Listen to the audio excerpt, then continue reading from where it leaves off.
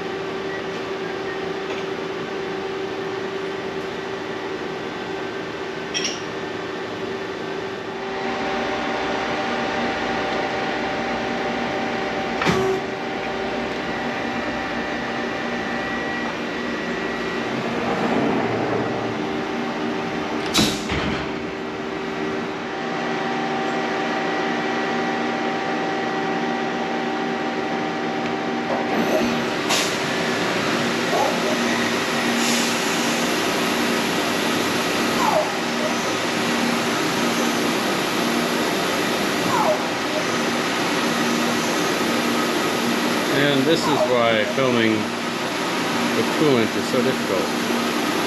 I'll try a different angle and see what we get next time.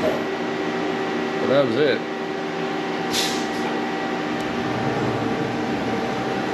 There's our finished end cap.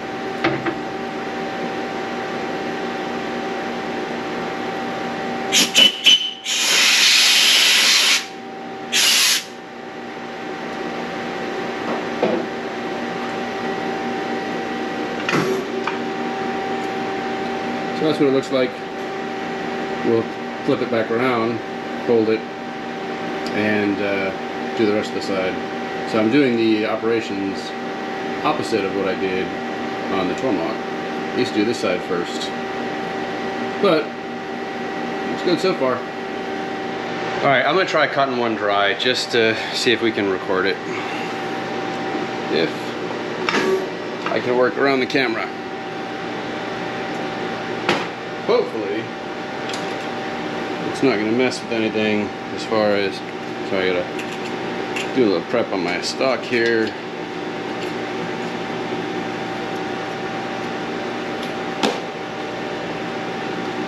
Turn the coolant off for this one. I may have to load this one up remove the camera and then load it, and then we'll start over because your camera's in there.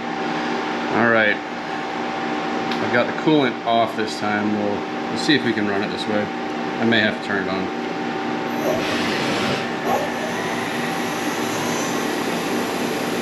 Don't normally run acetal dry. I know you can, but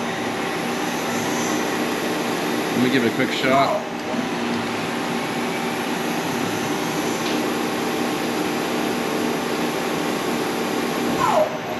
Alright, so you'll see I'm running a pecking pass.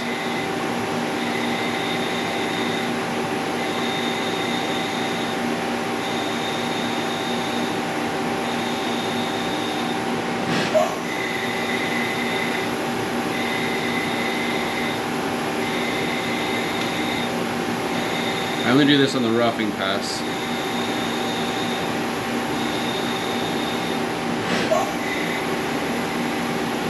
Now this is running about 1500 RPM right now.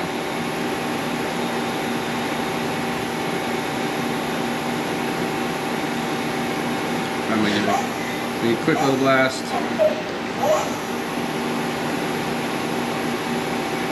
Just so I had a little something on there for this finishing pass. As you can see, without the coolant on, I got a lot of stringiness, but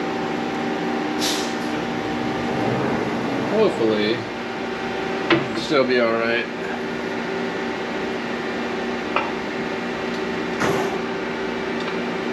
Yeah, still looks good. There you have it. That's what it looks like. Thanks again for sticking with me on this. I know it's been a while since I've put a video out. For those of you who haven't been keeping track of things, I recently went full-time in the shop. It's been a couple of months. It's been kind of crazy. A lot of what I had been doing was on non-disclosure agreements. These are my products. You know, I'm going to go ahead and put those out. I will be doing more video. I'm going to do a shop tour, I think, because a lot has changed in the shop since I've done a tour.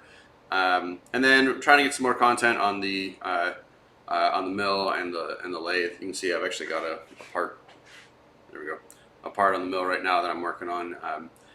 Unfortunately, you know, I can show that much of it, but then once I flip it, can't show anymore. So a little bit of stuff that's still going on. You can see I've got a ton of stock sitting here to make more of those things. A couple of them are stainless, most of them are aluminum, but kind of a neat part to make. If I can show those, I will. But anyways, thanks for watching. Thanks for subscribing. We're starting to pick back up as far as content goes. We'll get that going. I might start doing more of the Titans of CNC stuff again as well. We're finally getting to a point where I think we can do that. So again, I'll see you again real soon.